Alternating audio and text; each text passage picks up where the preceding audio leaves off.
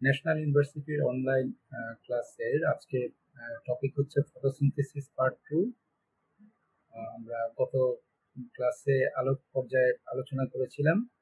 আজকে অন্ধকার পর্যায়ে আলোচনা করব, যেটা বোটানি, প্ল্যান্ট ফিজিওলজি এবং প্ল্যান্ট নিউট্রিশনের কোর্স কোড 233003। আমি রাসেল কবির, অ্যাসিস্ট্যান্ট প্রফেসর, গভর্নমেন্ট হরজুল্লাহ কলেজ থেকে আজকের ক্লাসে সঞ্চালক। তোমাদের আশা করি তোমরা এই ভিডিও শেষে সালোক সংশ্লেষণের দুটো পর্যায়ে ভালোভাবে তোমরা শেষ করতে পারবে।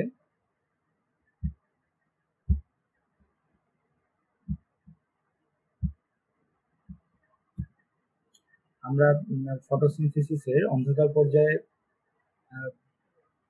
যে বিষয়গুলো বলা হয় সেটা হচ্ছে যে এই পর্যায়ে প্রত্যক্ষ আলোর প্রয়োজন হয় না।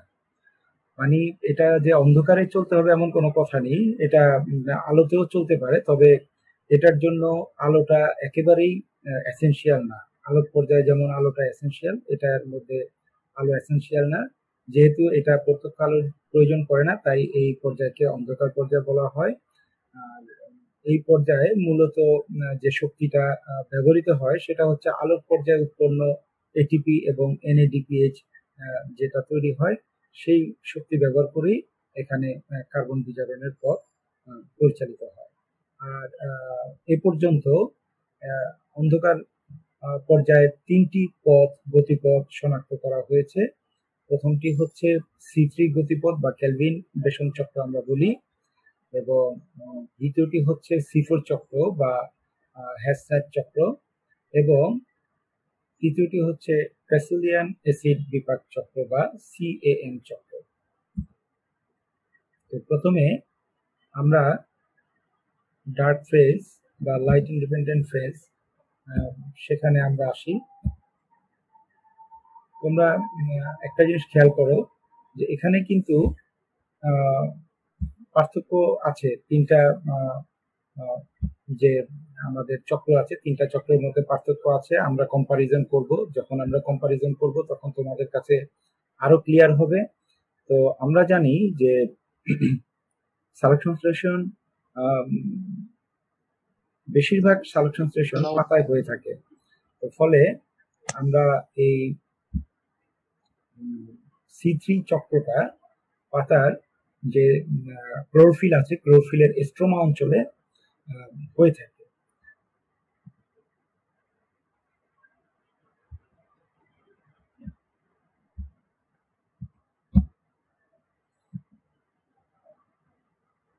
এখানে তোমরা দেখতে পাচ্ছ C3 চক্র। তোমাদের C3 চক্র যে কারণে বলা হয়, তার মানে তোমরা কিন্তু এখানে একটা কথা ক্লিয়ারলি বলতে পারবে যে C3 চক্র, C4 চক্র এবং CM চক্র, এগুলো কার্বন স্টার্ট হবে কার্বন গ্রহিতাকে, সেটা একটু মনে রাখবে। C3 চক্রের কার্বন গ্রহিতা হচ্ছে 1,5 রাইবোলোজ ডাইফসফেট। এখানে মানে আমরা সংক্ষেপে RUBP দিয়েছি। তাহলে কার্বন গ্রহিতা হচ্ছে 1,5 রাইবোলোজ ডাইফসফেট বা বিসফসফেট আমরা বলি। এটা হচ্ছে কার্বন গ্রহিতা। তাহলে এই কার্বন গ্রহিতা, এটা 5 কার্বন বিশিষ্ট, এবং 5 কার্বন বিশিষ্ট হওয়ায় যখন কার্বন ডাইঅক্সাইডের আরেক কার্বন সে নিবে, তখন সে একটি 6 কার্বন বিশিষ্ট অস্থায়ী কীট যৌগ তৈরি করবে। এটা হচ্ছে অস্থায়ী কীট যৌগ। সেই অস্থায়ী কীট যৌগ সাথে সাথেই ভেঙে 3-ফসফোগ্লিসারিক অ্যাসিড উৎপন্ন করে ফেলবে। তাহলে এই যে 3-ফসফোগ্লিসারিক অ্যাসিড হচ্ছে এই চক্রের প্রথম স্থায়ী যৌগ। যদিও একটি অস্থায়ী যৌগ গঠিত হয় 6 কার্বন বিশিষ্ট, কিন্তু সেটা স্থায়ী হয় না, সেটা আবার সাথে সাথে ভেঙে প্রথম স্থায়ী যৌগ যেহেতু 3 কার্বন বিশিষ্ট ফসফোগ্লিসারিক অ্যাসিড, এই কারণে এই চক্রের নাম দেওয়া হয়েছে C3 চক্র। এছাড়াও এই চক্র যিনি প্রথম আবিষ্কার করেন এই গতিপথ, তাদের নামকরণ অনুসারেও এটাকে কেলভিন এবং বেসন চক্র বলা হয়। তো C3 চক্রে যখন প্রথম স্থায়ী যৌগ 3-ফসফোগ্লিসারিক অ্যাসিড উৎপন্ন হয়, তখন তোমরা দেখবে যে এই 3-ফসফোগ্লিসারিক অ্যাসিড আলোক পর্যায়ে উৎপাদিত এটিপির সহায়তায় তারা সেখান থেকে একটি ফসফেট নিয়ে 1,3 ডাইফসফোগ্লিসারিক অ্যাসিড উৎপন্ন করবে। তার মানে এটিপিতে 3টি ফসফেট থাকে, এডিপিতে 2টি ফসফেট। তাহলে এখান থেকে একটি ফসফেট যুক্ত হয়ে গেল পরবর্তী যৌগে। তোমরা যদি বর্ণনা বা চিত্রে দেখো যে এখানে 1,3 ডাইফসফোগ্লিসারিক অ্যাসিড উৎপন্ন হলো একটি এটিপি থেকে এডিপি সহায়তায়। অতঃপর এই 3-ফসফোগ্লিসারিলডিহাইডে পরিণত হবে। সেই 3-ফসফোগ্লিসারিলডিহাইড পরিণত হতে সেখানে তোমরা দেখো এই চিত্রে দেয়া আছে একটি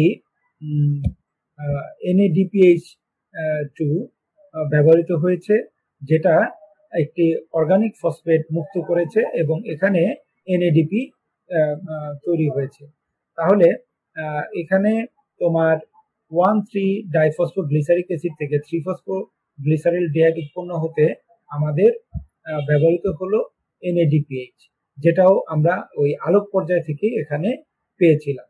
তোমরা গত লেকচারে দেখেছো যে আলোক পর্যায়ে অচক্রিয়তে NADPH তৈরি হয়েছিল। তাহলে আমরা এই 3-ফসফোগ্লিসারিলডিহাইড এরপরে ডাইহাইড্রক্সি এসিটন ফসফেটে পরিণত হবে। তাহলে এই 3-ফসফোগ্লিসারিলডিহাইড এবং ডাইহাইড্রক্সি এসিটন ফসফেট থেকে ক্রমাগত বিভিন্ন বিক্রিয়ার মাধ্যমে একদিকে শর্করা, যেটা আমরা গ্লুকোজ, এবং অপরদিকে আবার পুনরায় 1,5 রাইবোলোজ বিসফসফেট তৈরি করবে। তোমাদের যদি আমরা পূর্ণাঙ্গ চিত্রটা এখানে দেখাই তাহলে তোমরা দেখবে আমি যেটাই বলেছিলাম যে কার্বন গ্রহিতা হচ্ছে এখানে রাইবোলোজ 1,5 বিসফসফেট। সে তখন একটি কি করে অস্থায়ী 6 কার্বন বিশিষ্ট যৌগ গঠন করে। যেহেতু রাইবোলোজ 5 কার্বন বিশিষ্ট আর কার্বন ডাইঅক্সাইড একটি কার্বন ছিল, এটা একসাথে তোমার 6 কার্বন বিশিষ্ট একটি যৌগ তৈরি করবে। সেটা কিন্তু অস্থায়ী যৌগ, সাথে সাথে এটা আবার কি করবে, ভেঙে 3-ফসফোগ্লিসারিক অ্যাসিডে পরিণত হবে। তাহলে C3 চক্র এই কারণেই বলা হয় যে এটার প্রথম তোমার স্থায়ী পদার্থ হচ্ছে 3 কার্বন বিশিষ্ট 3-ফসফোগ্লিসারিক অ্যাসিড। আচ্ছা, এরপরে সেটা থেকে একটা এটিপি সহায়তায় 1,3 ডাইফসফোগ্লিসারিক অ্যাসিড তৈরি করবে এবং সেই 1,3 ডাইফসফোগ্লিসারিক অ্যাসিড থেকে 3-ফসফোগ্লিসারিলডিহাইড তৈরি হবে এবং 3-ফসফোগ্লিসারিলডিহাইড পরবর্তীতে তোমার কি করবে, একদিকে তৈরি করবে তোমার ফ্রুক্টোজ 1,6 ডাইফসফেট, তার থেকে ফ্রুক্টোজ 6 ফসফেট এবং তার থেকে গ্লুকোজ 6 ফসফেট এবং সবশেষে গ্লুকোজ তৈরি করবে। এবং অন্যদিকে আরো কিছু বিক্রিয়ার মাধ্যমে পুনরায় আবার সে রাইবোলোজ 1,5 বিসফসফেট তৈরি করবে।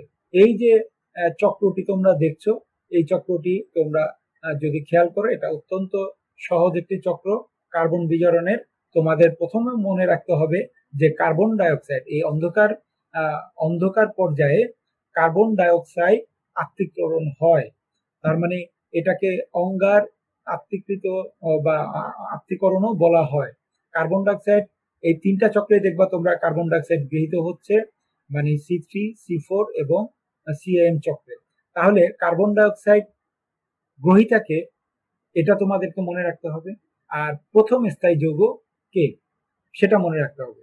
এই দুটো যদি তোমরা মনে রাখো তাহলে তোমাদেরকে তোমরা দেখবা যে তোমাদের সহজ হবে। আর আমরা যখন আবার কম্পারিজনে যাব তখন তোমরা দেখবে যে এই 3টা আরো ক্লিয়ার হয়ে গিয়েছে।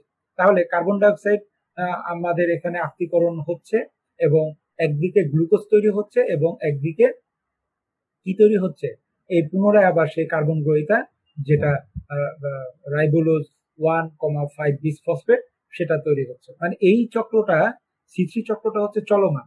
আরেকটা কথা তোমাদের বলে নেই, C4 চক্র এবং CAN চক্র একাধারে C3 চক্র চলবে তাদের সাথে। C4 চক্র কখনো একা চলে না। C4 চক্র এবং CAN চক্রের সাথে সাথে সাথে একই সাথে C3 চক্র চলে, ফলে C3 চক্রটা হচ্ছে খুবই গুরুত্বপূর্ণ। এই কারণে তোমার C3 চক্রটা কিন্তু আগে বুঝতে হবে। C3 চক্রটা যদি বুঝো, C3 চক্রটা C4 এবং তোমার CM চক্রের সাথে এটা চলবে। এখন আমরা আসি C4 চক্রে।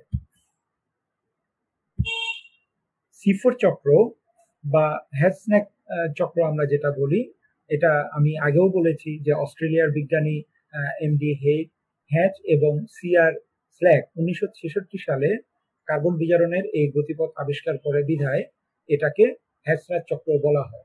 যেহেতু এই চক্রের প্রথম স্থায়ী যৌগ 4 কার্বন বিশিষ্ট, ফলে এটাকে C4 চক্র বলা হয়। যে অক্সালো অ্যাসিটিক অ্যাসিড আমরা জানি 4 কার্বন বিশিষ্ট এবং এটা হচ্ছে এই গতিপথের প্রথম স্থায়ী যৌগ, এ কারণে এটাকে C4 গতিপথ বলা হয়। আর এই চক্রের যে তোমার কার্বন গ্রহিতা সেটা হচ্ছে ফসফোইনল পাইরুভিক অ্যাসিড। C4 চক্রের কার্বন গ্রহিতা হচ্ছে ফসফোইনল পাইরুভিক অ্যাসিড। C3 চক্রের কার্বন গ্রহিতা হচ্ছে রাইবোলোজ 1,5 বিসফসফেট। এটা তোমরা একটু মনে রাখবা, কারণ কার্বন গ্রহিতাদের কথা এবং প্রথম স্থায়ী যৌগের কথাগুলো তোমাদের মনে রাখতে হবে। এগুলো কিন্তু আবার তোমাদের অতি সংক্ষিপ্ত প্রশ্নেও আসতে পারে। তো আমি এর আগেও বলেছিলাম C4 উদ্ভিদে একই সাথে তোমার এই C4 চক্র চলবে এবং C3 চক্র পরিচালিত হবে। আর C3 উদ্ভিদের তুলনায় C4 উদ্ভিদে সালোক সংশ্লেষণের হার বেশি। কেন? কারণ এই যে বললাম যে এটা একসাথে দুইটা চক্র চলে, ফলে এতে কার্বনের সালোক সংশ্লেষণের হার বেশি হবে এবং উৎপাদন ক্ষমতাও বেশি হবে। আমরা সাধারণত যেটা দেখি যে ভুট্টা, আখ, এই একবীজপত্রী ঘাস জাতীয় উদ্ভিদ, মুঠা ঘাস, হ্যাঁ, এগুলোতে C4 চক্র চলে। আর C3 চক্র হচ্ছে অধিকাংশ দ্বিবীজপত্রী উদ্ভিদে C3 চক্রটা পরিচালিত হয়। আমরা C4 পাথওয়ে যদি দেখতে চাই, এখানে তোমরা দেখো, এখানে কিন্তু দুটা বান্ডল শীট এবং মেসোফিল দু জায়গায় এটা চলে। তাহলে আমরা দেখো, কার্বন ডাইঅক্সাইড প্রথমে ফসফোইনল পাইরুভিক অ্যাসিডের সাথে মিলিত হলো। যখন একটা বায়ুর কার্বন ডাইঅক্সাইডকে ফসফোইনল পাইরুভিক অ্যাসিড গ্রহণ করলো, তখন ফসফোইনল পাইরুভিক অ্যাসিড 3 কার্বন বিশিষ্ট, কার্বন ডাইঅক্সাইডে একটি কার্বন আছে, তাহলে হলো কয়টি? 4 কার্বন।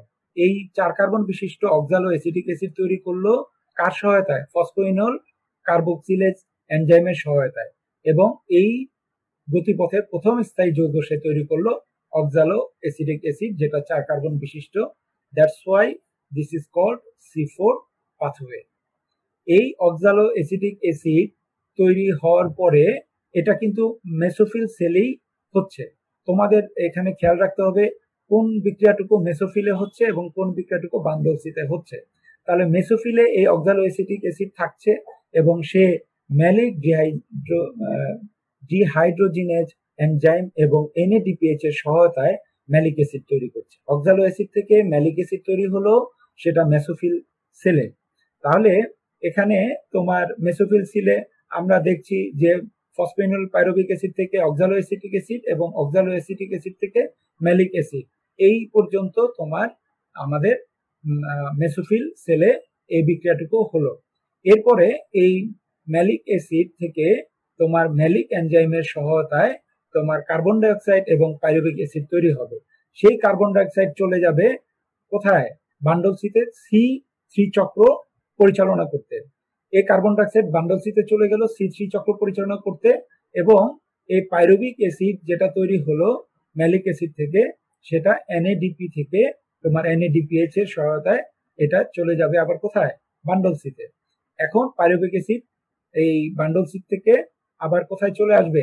এখন আবার চলে আসবে সে তোমার মেসোফিলে এসে সে তোমার পাইরুভিক ডিকাইনেজের সহায়তায় এবং ATP সহায়তায় সে পুনরায় ফসফোইনল পাইরুভিক অ্যাসিড তৈরি করবে।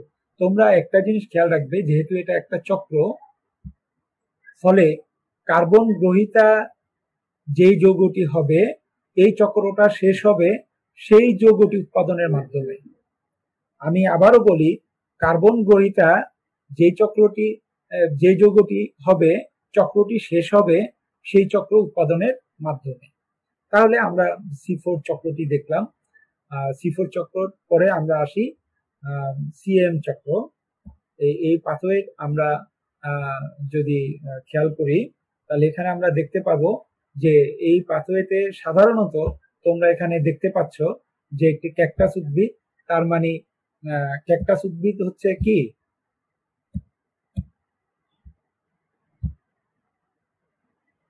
মরুজ উদ্ভিদ, এটাতে পাতা থাকে না।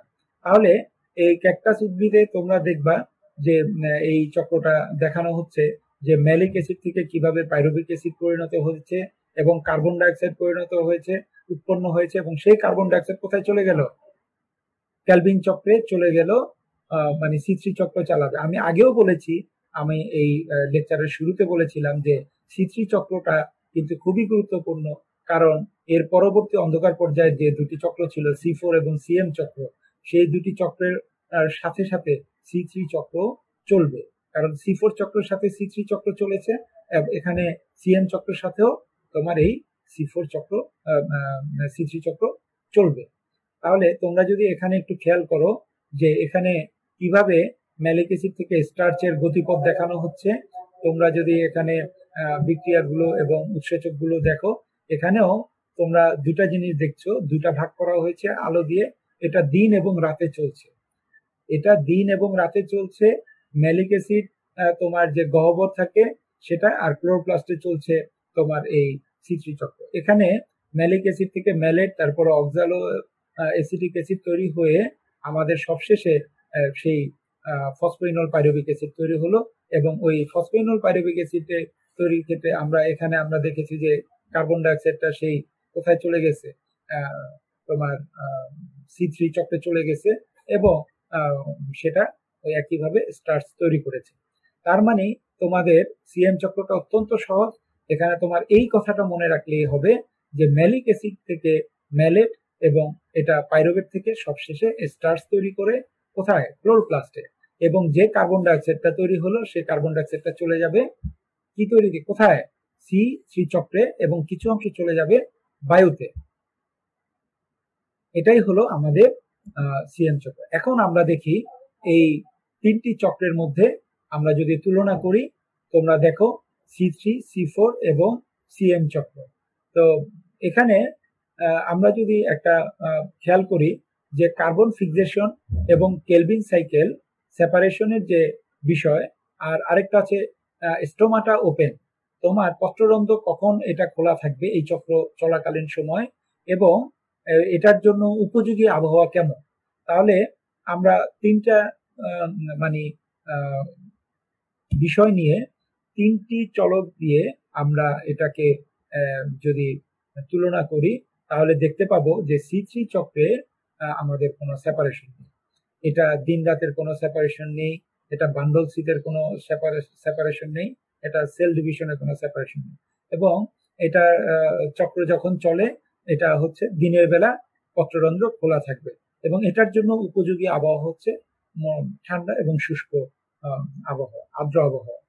এবং C4 চক্রে তোমরা জানো যে এটা একই সাথে মেসোফিল এবং বান্ডল শীতে চলে। তোমরা দেখেছো যে C4 চক্রটি একই সাথে বান্ডল শীতেও চলবে এবং মেসোফিল সেলেও চলবে। এবং C4 চক্রেও তোমার পত্ররন্ধ্র দিনের বেলা খোলা থাকবে, এবং C4 চক্রের জন্য উপযোগী আবহাওয়া হচ্ছে গরম এবং রৌদ্রোজ্জ্বল আবহাওয়া। আর CM চক্র দিন এবং রাতে চলবে। আর এটার ক্ষেত্রে, CM চক্রের ক্ষেত্রে পত্ররন্ধ্র খোলা থাকে রাতে। এবং আমি তোমাদের চিত্রে দেখিয়েছি, যাতে তোমাদের মনে থাকে, একটি ক্যাকটাসের চিত্র দেখিয়েছিলাম, যেটা হচ্ছে মরুজ উদ্ভিদ। এটা ফলে তোমরা বুঝতে পারছো যে এক্ষেত্রে উপযোগী আবহাওয়া হচ্ছে অত্যন্ত গরম এবং শুষ্ক আবহাওয়া। এখন তোমরা যদি এই চিত্রটার দিকে খেয়াল করো, যে তিনটি পাথওয়ে তোমরা যদি দেখো যে এখানে 3টি পাথওয়েতে C3 চক্র তোমরা দেখছো, আমি যেটা বলেছি এখানে কার্বন গ্রহীতা হচ্ছে 1,5 রাইবোলোজ বিসফসফেট। কেলভিন চক্রের কার্বন গ্রহীতা যৌগের নাম হচ্ছে রাইবোলোজ 1,5 বিসফসফেট। সে সেই সুগার তৈরি করলো। এবং C4 চক্র এবং CM চক্র যদি দেখো তোমরা, গতিপথ যদি দেখো, সেক্ষেত্রে তোমরা দেখো এই দুটো গতিপথের নিচেই কিন্তু সেই কেলভিন সাইকেল বা আমরা যেটাকে বলি C3 পাথওয়ে, এই দুটো চক্রের সাথেই কিন্তু যুক্ত আছে। আমার মনে হয় এই চিত্রটা তোমাদের জন্য খুবই উপকারী। এই চিত্রটার দিকে যদি তোমরা খেয়াল করো তাহলে দেখবে যে C4 pathway C4 pathway carbon dioxide গ্রহীতা হচ্ছে phosphoenol pyruvic acid. CM pathway carbon dioxide গ্রহীতাও ফসফোইনল পাইরুভিক অ্যাসিড। C4 পাথওয়ের প্রথম স্থায়ী যৌগ 4 কার্বন বিশিষ্ট অক্সালো অ্যাসিডিক অ্যাসিড। CM চক্রেরও প্রথম স্থায়ী যৌগ অক্সালো অ্যাসিডিক অ্যাসিড। এবং দেখো আমি বলেছি যেহেতু এগুলো একটা চক্রাকারে গতিপথ, আমাদের যখনই কোনো চক্র শেষ হবে তখন সেই কার্বন গ্রহীত উৎপাদনের মাধ্যমেই চক্রটা শেষ হবে। এখানে এই চক্রটা শুরু থেকে শেষ হয়েছে কিন্তু সেই রাইবোলোজ 1,5 বিসফসফেট উৎপাদনের মাধ্যমে। তাহলে এই C4 চক্র শেষ শুরু হয়েছিল ফসফোইনল পাইরুভিক অ্যাসিড দিয়ে এবং শেষও হবে ফসফোইনল পাইরুভিক অ্যাসিড উৎপাদনের মাধ্যমে। একইভাবে এই CM গতিপথ শুরু হয়েছিল ফসফোইনল পাইরুভিক অ্যাসিড দিয়ে এবং শেষ হবে ফসফোইনল পাইরুভিক অ্যাসিড উৎপাদনের মাধ্যমে। এখানে তোমরা আরেকটি গুরুত্বপূর্ণ বিষয় খেয়াল করো যে C4 গতিপথে তোমরা যদি দেখো যে এখানে মেসোফিল এবং বান্ডল শীট দুটা আলাদাভাবে চিহ্নিত করা আছে। তার মানে এখানে মেসোফিল এবং বান্ডল শীটে তোমার একই ধারে মানে বিক্রিয়াটা চলে এবং এই কারণে C3 উদ্ভিদের তুলনায় C4 উদ্ভিদে সাবেক সংশ্লেষণের হার বেশি হয়। একই সাথে দুটি চক্র চলছে, ফলে C3 চক্রে তো C3 উদ্ভিদে তো শুধু C3 চক্র চলছে, তাহলে সে তো C4 উদ্ভিদ তো একই সাথে C4 চক্র চলছে। এবং তোমরা যদি একটা জিনিস খেয়াল করো যে এই C3 চক্র এবং C4 চক্রের মাঝে যে টাইম গ্যাপটা কত হতে পারে, সেটা কিন্তু 1 সেকেন্ডেরও কম। মানে টাইমের কোনো ব্যবধান নেই বললেই চলে, যে একই সাথে চলে। এটা মানে ফলে এটা সালোক সংশ্লেষণের হার যে কোনো উদ্ভিদের থেকে মানে C4 উদ্ভিদের থেকে বেশি। আর একইভাবে তোমার এই ক্ষেত্রে তোমরা যদি খেয়াল করো যে আমরা যে বিক্রিয়াগুলো দেখেছিলাম, প্রত্যেকটা বিক্রিয়া আমরা দেখেছি যে এখানে এটিপি এবং NADPH ব্যবহৃত হয়েছে, বেশ কিছু এনজাইম ব্যবহৃত হয়েছে। এই এটিপি এবং NADPH ব্যবহার হওয়ার কারণে এখানে আলোর কোনো মানে প্রত্যক্ষ প্রয়োজন নেই, ফলে এটা দিন রাত যে কোনো সময় চলতে পারে। এই কারণেই এই চক্রগুলোকে বলা হয় আলোক নিরপেক্ষ অধ্যায়। C3, C4 এবং CAM গতিপথ, এই তিনটি গতিপথে আলোর প্রত্যক্ষ প্রয়োজন নেই, যেহেতু এটা আলোক অধ্যায়ের উৎপন্ন এটিপি এবং NADPH ব্যবহার করে, ফলে এটাকে আমরা লাইট ইন্ডিপেন্ডেন্ট বলতে পারি। তো আমার মনে হয় যে এ পর্যন্ত আমরা যে বিষয়গুলো দেখলাম, তো এটার আমরা একটু রিভিউ করে তারপরে আমরা নেক্সটে যাব আর কি, গত ক্লাসের ইসে যাব। আমরা একটু এই ক্লাসটার একটু রিভিউ আমরা করি। ডার্ক ফেজ বা লাইট ইন্ডিপেন্ডেন্ট ফেজ আমরা যেটা মানে দেখলাম, তোমরা যে জিনিসটি মনে রাখবে অন্তত পক্ষে, যে এখানে প্রত্যক্ষ আলোর কোনো প্রয়োজন নেই। তোমরা জানো যে আলোক পর্যায়ে প্রত্যক্ষ আলোর কেন প্রয়োজন হয়েছিল, সেটা আমরা গত ক্লাসে গত লেকচারে আলোচনা করেছি। এখানে প্রত্যক্ষ আলোর প্রয়োজন নেই, এই কারণে এটাকে আলোক নিরপেক্ষ পর্যায় বলা হয়। আর পর্যন্ত আলোর প্রয়োজন নেই। এটার একটা কারণ হচ্ছে আলোক পর্যায়ের উৎপন্ন এটিপি এবং এনএডিপিএইচ এখানে তোমার ওই কার্বন বিজারণে ব্যবহৃত হয়, ফলে এখানে পর্যন্ত আলোর প্রয়োজন পড়ে না। তাহলে এটাকে আমরা কার্বন বিজারণ অধ্যায়, কার্বন আত্তীকরণ, অঙ্গার আত্তীকরণ বা অ্যাসিমিলেশন আমরা বলতে পারি। তাহলে এই এই যে আত্তীকরণ শক্তি, এই আত্তীকরণ শক্তিটা আসে কোত্থেকে? আলোক অধ্যায় আসে সূর্যরশ্মির ফোটন থেকে, আর এখানে আসবে এটিপি এবং এনএডিপিএইচ থেকে। আরেকটা জিনিস মনে রাখবে, এখানে পানির সালোক বিভাজন হয় না। আমরা সেখানে ফটোলাইসিস দিয়েছিলাম, প্রয়োজনে আজকে আবার আমরা রিভিউ করব হোয়াট ইজ ফটোলাইসিস। এখানে হয় না। আর ক্লোরোপ্লাস্টের এটা স্ট্রোমাতে সংঘটিত হবে, আলোক অধ্যায়টা ক্লোরোপ্লাস্টের স্ট্রোমাতে সংঘটিত হবে। তাহলে আমরা আজকে যে আলোচনা করলাম কার্বন বিজারণের তিনটি স্বীকৃত গতিপথ, কেলভিন বেসন চক্র যেটাকে C3 চক্র বলে, হ্যাচ ও স্নেক চক্র যেটাকে C4 চক্র বলে, এবং CM চক্র। তো আমরা কেলভিন চক্রে যেটা দেখেছি, মেলভিন, ক্যালভিন, বেনসন এবং বেসন তেজস্ক্রিয় কার্বন ব্যবহার করে ক্লোরেলা নামক সবুজ শৈবাল সর্বপ্রথম কার্বন বিজারণের শৈবালে তারা সর্বপ্রথম এই কার্বন বিজারণের পথটি আবিষ্কার করে, যে কারণে এই পথটিকে কেলভিন বেসন চক্র বলা হয়। আচ্ছা, এখন দেখো এই চক্রের প্রথম স্থায়ী যৌগ হচ্ছে 3-ফসফোগ্লিসারিক অ্যাসিড। এটা যেহেতু একটি 3 কার্বন বিশিষ্ট স্থায়ী যৌগ, এই কারণে এই চক্রকে বলা হয় C3 চক্র। তাহলে C3 চক্রের সংজ্ঞাটা আমরা বলতে পারি যে কার্বন বিজারণের যে পথের প্রথম স্থায়ী যৌগ 3 কার্বন বিশিষ্ট, সেই চক্রকে বলা হয় C3 চক্র। এবং যে সকল উদ্ভিদে কার্বন বিজারণ পথের প্রথম স্থায়ী যৌগ 3 কার্বন বিশিষ্ট হয়, সেই সকল উদ্ভিদকে আমরা বলি C3 উদ্ভিদ। এবং আমরা জানি যে C3 উদ্ভিদ হচ্ছে অধিকাংশ দ্বিবীজপত্রী উদ্ভিদ, সাথে বেশ কিছু একবীজপত্রী উদ্ভিদ আছে। তোমার সকল জিমনোস্পার্ম, ব্রায়োফাইটস, টেরিডোফাইটস এবং শৈবাল C3 চক্র পরিচালনা করে থাকে। কেলভিন চক্রের বিক্রিয়া আমরা যেটা দেখেছি, এখানে আমরা দেখেছি যে তোমার 3-ফসফোগ্লিসারলডিহাইড যখন উৎপন্ন হয় তখন এটা দুটি প্রধান ভাগে ভাগ হয়ে যায়। একটি হচ্ছে শর্করা সংশ্লেষণে, আরেকটা হচ্ছে পুনরায় রাইবোলোজ 1,5 বিস ফসফেট তৈরিতে ব্যবহৃত হয়ে যায়। তো এটাই আমরা দেখেছিলাম। তারপরে যদি তোমরা আবার একটু দেখো, যে আমরা যদি দেখি যে কার্বন ডাইঅক্সাইড গ্রহিতা প্রথম হচ্ছে রাইবোলোজ 1,5 বিস ফসফেট। সেখানে আমাদের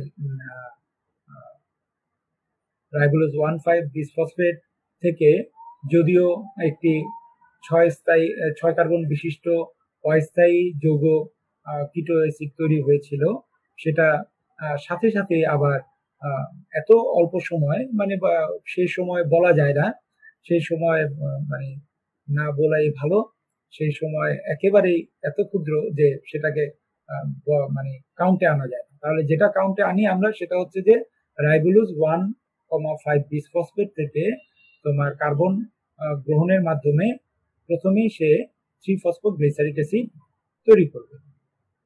তারপরে এই 3-ফসফোগ্লিসারিক অ্যাসিডে একটি ফসফেট আছে।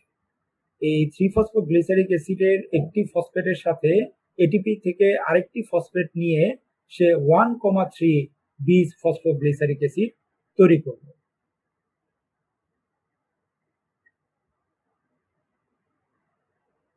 এবং 1,3 বিস ফসফোগ্লিসারিক অ্যাসিড থেকে আবার NADPH এর সহায়তায় তোমার 3-ফসফোগ্লিসারলডিহাইড তৈরি হবে। এবং সেই 3-ফসফোগ্লিসারলডিহাইড থেকে আবার আমরা ক্রমান্বয়ে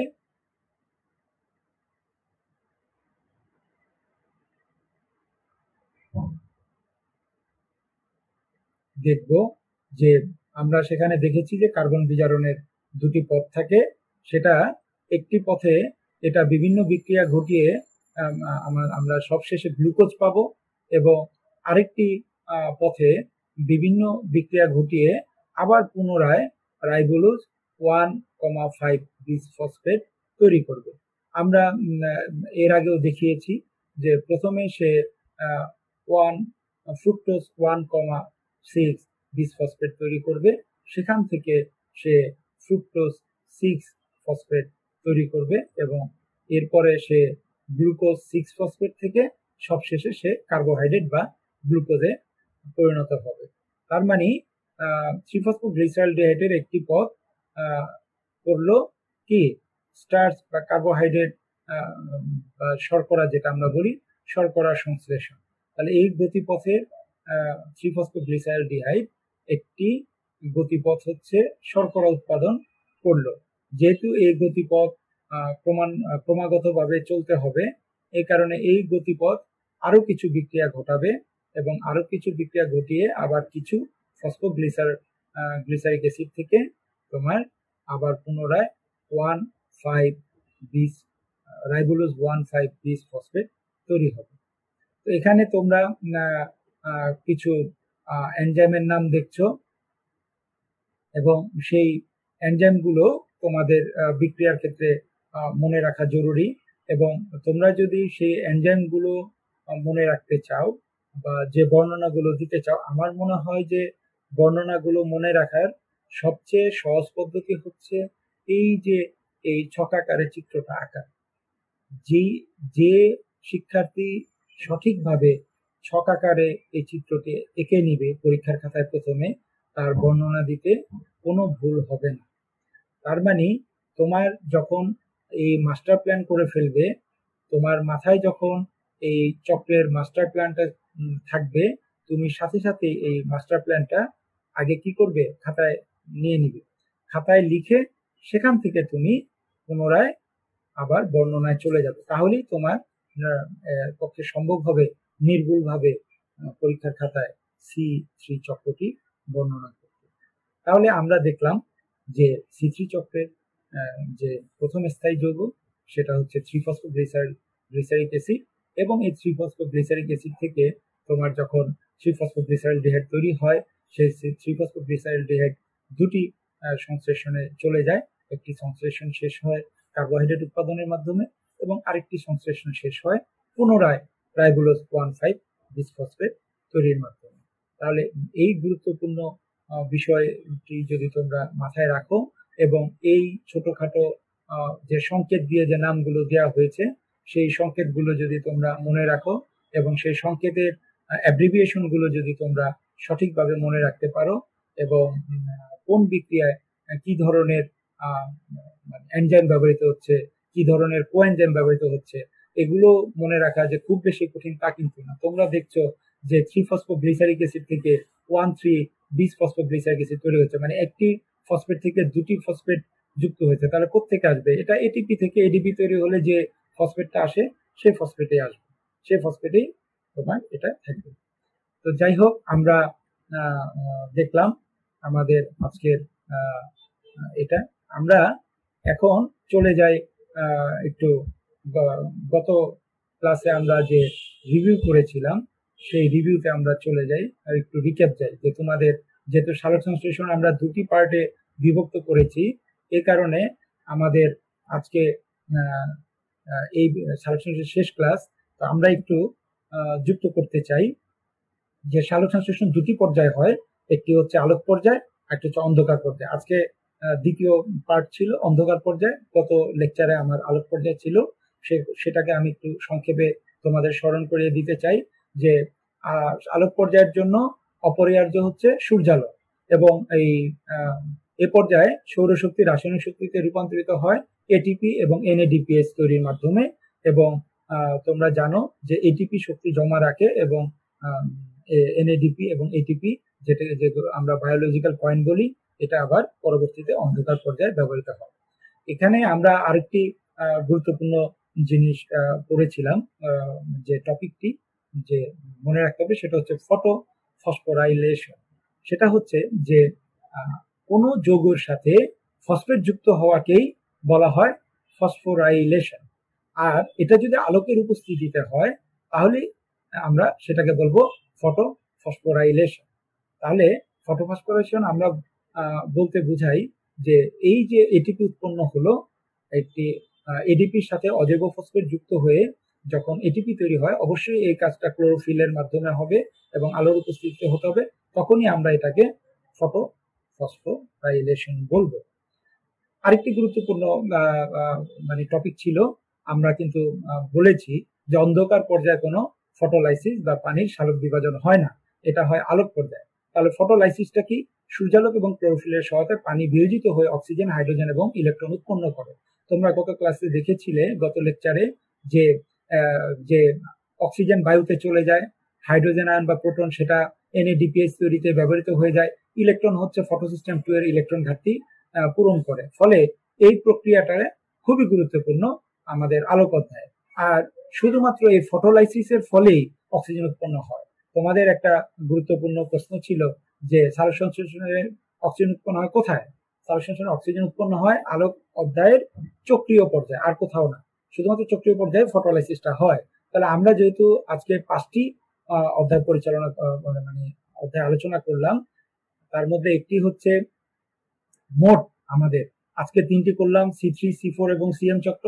গতকালকে আলোকের 2টি করেছিলাম, আলোক পর্যায়ের C3 এবং চক্রীয় এবং অচক্রীয়। তাহলে মোট 5টি আলোক অধ্যায়ের চক্রীয়, অচক্রীয় আর গতিপথ, আর অন্ধকার অধ্যায়ের C3, C4 এবং CM গতিপথ। তাহলে এই 5টির মধ্যে কেবলমাত্র একটি গতিপথে অক্সিজেন উৎপন্ন হয়, সেটি হচ্ছে অচক্রীয় গতিপথে।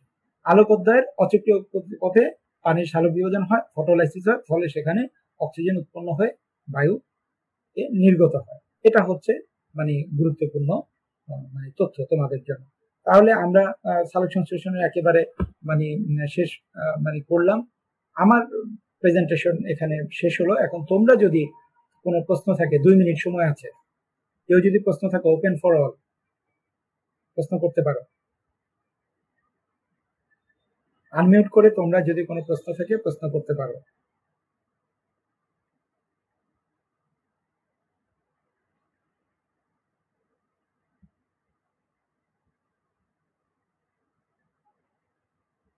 তোমাদের কারো কোনো প্রশ্ন আছে কিনা? যদি প্রশ্ন না থাকে, তারপরও আমি আবার একটু বলি যে গতকালকে আমরা গত ক্লাসে আমরা যে সালোক সংশ্লেষণ শুরু করেছিলাম, আজকের ক্লাসের মাধ্যমে আমরা সালোক সংশ্লেষণ শেষ করলাম। সালোক সংশ্লেষণের গুরুত্ব আমরা আলোচনা করেছি গত ক্লাসে। সালোক সংশ্লেষণের গুরুত্বের মধ্যে সবচেয়ে প্রথম সেটি হচ্ছে যে তোমার পরিবেশে অক্সিজেন উৎপাদন এবং কার্বন ডাইঅক্সাইড ব্যালেন্স রাখা। কার্বন ডাইঅক্সাইড যে আত্তীকরণ, এটা আমরা দেখলাম যে সালোক সংশ্লেষণের অন্ধকার পর্যায়ে হয়, এবং অক্সিজেন উৎপাদন, এটা আমরা দেখলাম যে সালোক সংশ্লেষণের আলোক পর্যায়ের অচক্রিয়তে হয়। তাহলে পরিবেশে কার্বন ডাইঅক্সাইড এবং অক্সিজেনের যে মানে ব্যালেন্স রাখার যে গুরুত্ব, এটা কিন্তু সালোক সংশ্লেষণের কিন্তু অত্যন্ত গুরুত্বপূর্ণ। আর অটোট্রফ এবং হেটারোট্রফ বলতে আমরা বুঝেছি যে যারা নিজের খাদ্য নিজে উৎপাদন করতে পারে সেটা হচ্ছে অটোট্রফ, আর যারা উৎপাদন করতে পারে না তারা হেটারোট্রফ। তার মানে সবুজ উদ্ভিদ, যারা সালোক সংশ্লেষণকারী উদ্ভিদ, তারা হচ্ছে অটোট্রফ, এবং বিশেষ করে ফাইটোপ্ল্যাঙ্কটন, তারা হচ্ছে খাদ্য চক্রের, আমাদের এই পৃথিবীর খাদ্য চক্রের প্রথম মানে উৎপাদক। ফলে এদের গুরুত্ব অত্যন্ত বেশি। আমাদের এই চক্র যদি ভেঙে যায় তাহলে অনেক প্রাণী বিলুপ্ত হয়ে যাবে, চক্রের মধ্যে এবং শেষের দিকে প্রাণী বিলুপ্ত হয়ে যাবে। ফলে এই প্রজাতি রক্ষার জন্য আমাদের এই সালোক সংশ্লেষণ